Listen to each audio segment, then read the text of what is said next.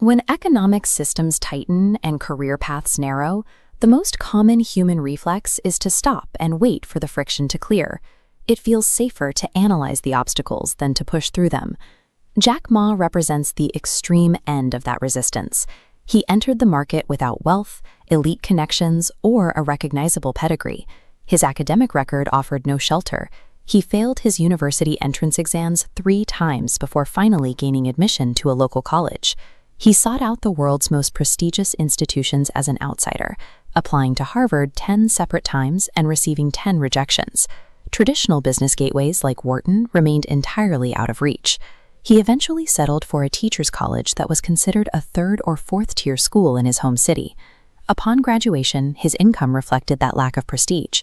He taught at a university for a salary of just $10 a month. Even with a bleak economic baseline and a history of rejection, he viewed his position as a vantage point. The lack of an established path allowed him to look for one that didn't exist yet. In 1994, during his first trip to the United States, Ma encountered the early internet. He immediately saw a tool that could scale beyond the limits of physical geography. When he brought this vision back to China, he met immediate social resistance. His peers dismissed the idea as crazy and predicted it would never survive in the real world. This skepticism was universal. Friends, parents, and potential investors all refused to validate the mission. This widespread disagreement served as a specific indicator. If a massive idea has no consensus, it means the market for it is still entirely unclaimed. Ma began studying other high-output founders to see if they shared a specific psychological response to systemic barriers. He observed the trajectory of Gates, the long-term strategies of Buffett, and the rapid scaling of Zuckerberg. He found that these individuals prioritize an aggressive optimism for the future and maintain a strict refusal to engage in complaining.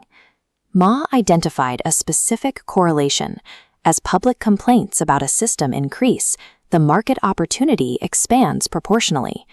When agreement is high and complaints drop to 0, the market is saturated. The opportunity has already been captured. Friction provides a literal blueprint. Where people are most frustrated, they are identifying the exact location where a solution is most valuable. Identifying a gap in the market is only the first stage of the process. Capitalizing on it requires a transition from observation to physical endurance. Many people conceptualize significant ideas in the evening, but return to their standard routines the following morning without taking a single step toward execution. True conversion happens only when an abstract thought is forced into a rigorous physical action the very next day. This process requires finding a core team that shares a specific, unshakable belief in the mission. That team must work through the night, remaining indifferent to the opinions of outside investors or the general public.